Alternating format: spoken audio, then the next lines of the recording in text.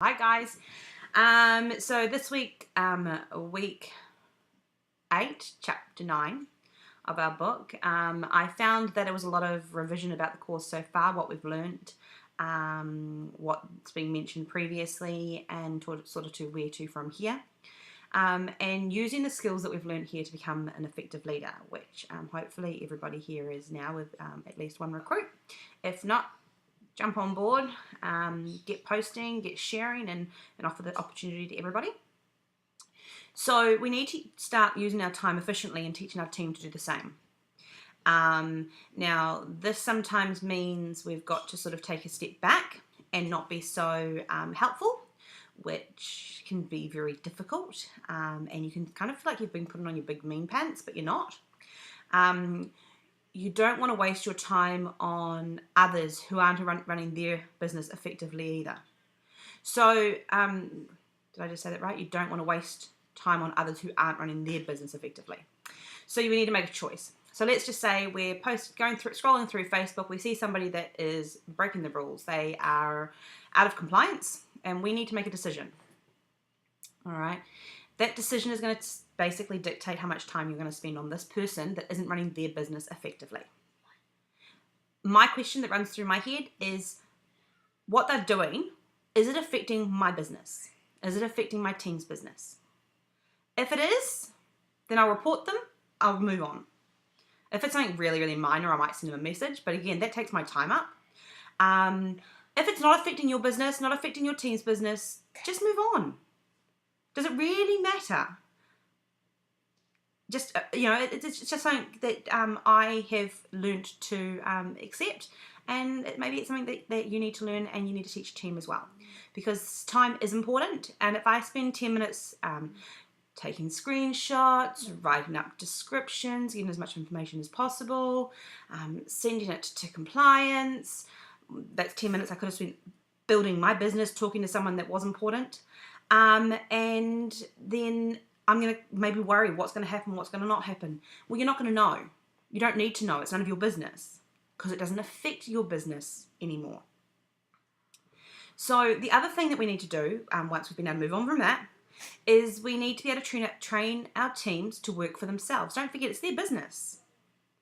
We need to stop and spend a little bit more time explaining now how they can find the answers to their questions, rather than supplying them with the answer straight away. This will empower them to find their own answers in the future. It will empower them to answer questions in the future. And it really does help you become an effective leader. If somebody asks you a question, for example,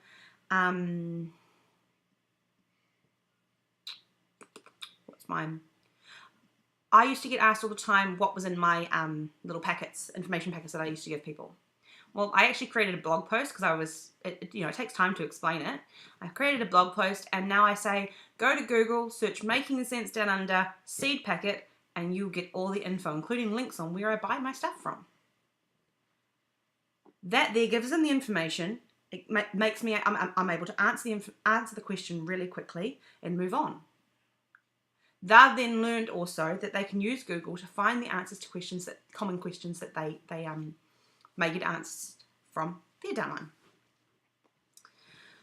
So, as I say, this will save you so much time in the long run. It might take longer now to answer to begin with, but think about the future. Giving them step-by-step instructions on where to go to find the answers to those questions makes them more powerful in their business. The other thing that we need to do to use our time effectively, Alexandra mentioned in a post earlier this week about being positive, going up, not down with your problems, etc. Go back and reread that post. I'll bump it in the group. It makes a lot of sense. We're still real people. We still have problems. I'm not saying that. I'm not saying you have to be positive 100% all of the time. Just be aware that some people, especially those that are working full-time, they've got families, they've got all these other commitments, the time you take to vent to them is valuable time that they could be doing something else. That's something else to think about, if that makes sense. My head's a little bit blah at the moment. All right. One of the things I read in the book in chapter 9, which I really, really enjoyed, was remember to work with the willing and love the rest. Okay? Work with the people that are doing things with their business. It says, watch their feet, not their mouths. Actions speak louder than words. What am I doing versus what I actually did? There's no point in saying, I'm going to do this, I'm going to do this, I'm going to do this, and then not do it. It's not going to get you anywhere. Gosh, this video is very bitsy-piecey. Grass is not always greener on the other side of the fence. It talks about that in the book, about, I suppose, being loyal to where you are. You're with Scentsy, you're making a business out of Scentsy, and you need to be loyal. Loyal to that, loyal to yourself. You can't carry too many baskets.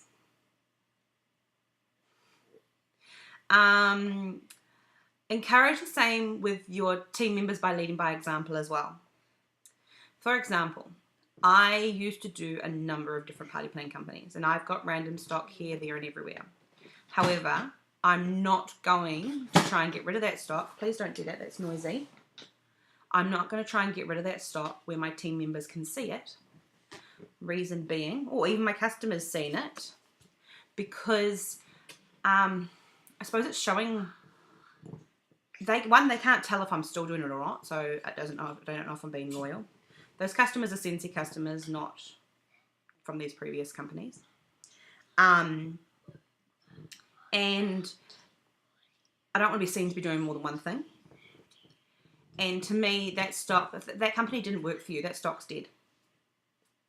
Basically, it's dead stock. You've spent money, it's gone. Kaput. Show your team members that you are loyal to the one thing. And sort of, lead by example. Gosh, all right. Another thing it mentions in the book, and this is one of my favorites, is fail forward. It took me a while to understand this. And Oliver, please don't. It took me a while to understand this. If you make a mistake and you fail, okay, take a step back, have a look at what you did, what lesson could you learn, and move forward. What happened yesterday, whether it was a success or not, was a lesson. Take something from it. Do you repeat it? Do you change it? Do you mix it up a little bit? What do you do with it? Everything you do has a lesson, doesn't it? Like stealing Easter eggs. So I'm going to share a motivational video that I have found, which is about fail forward. And if you get a chance, have a listen to it. You might listen to it and go, oh my God, this lady's crazy. It took me about 3 or 4 times when listening to it for it actually to click into place with me. So I'll share it. Never know who it will help. This week, I would like to encourage some interactions on the page again. The first one being common questions asked by your team members or other team members. And the answers that we could provide and how we could reduce the time that we spend answering these questions. One of the common ones I see is people asking for flyers. And what we do is we post up these flyers. We post the ones out of our books, we post the ones off our page, we post the ones we've saved, etc. Why not just tell them where to go to find them themselves? Yes, it does take more time. Can I put this down, please? It does take more time to explain to them where they can find them. However, that person won't ask that question again. If it becomes common practice, again, it won't happen again. So, and the next one is what are your current SMART goals, and how are you going about it to achieve them? Oliver, please put it down, or you're going to have to go away. So think about your goals. Think about make sure they're SMART goals, times, all the rest of it. We've gone over this previously. What are those goals? They might not have changed. I've still got one that's in on my fridge from September. And what am I doing, or what are you doing to achieve those? So maybe we can have those sort of interactions on the page. And in regards to homework this week, what we would like you to do is to set 3 homework tasks for yourself. Now, this might be previous tasks that we've already set for homework and that you haven't yet completed, and basically working on those 3 this week. They could be tasks that you haven't done yet. It could be that you want to compile your basket party if you haven't done that, or a pouch party, or maybe it's getting those 3 pouch parties out this week. Maybe it's complete this, that, or whatever. Whatever it is, I want you to comment below. You've got 36 hours to comment below what your 3 tasks are, and then I want you to start working on them. So I'm really sorry this video is very bitsy. My mind is all over the place. We find out tomorrow when Miss Bubbles is going to be born.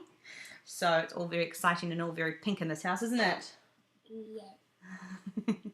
My little helper didn't want to go and sit in the other room. Yeah. So basically, read chapter 9. As I say, it's a lot of revision. It's about becoming an effective leader, and start putting a few things into place to save yourself time and building a more empowering team. Bye-bye for now.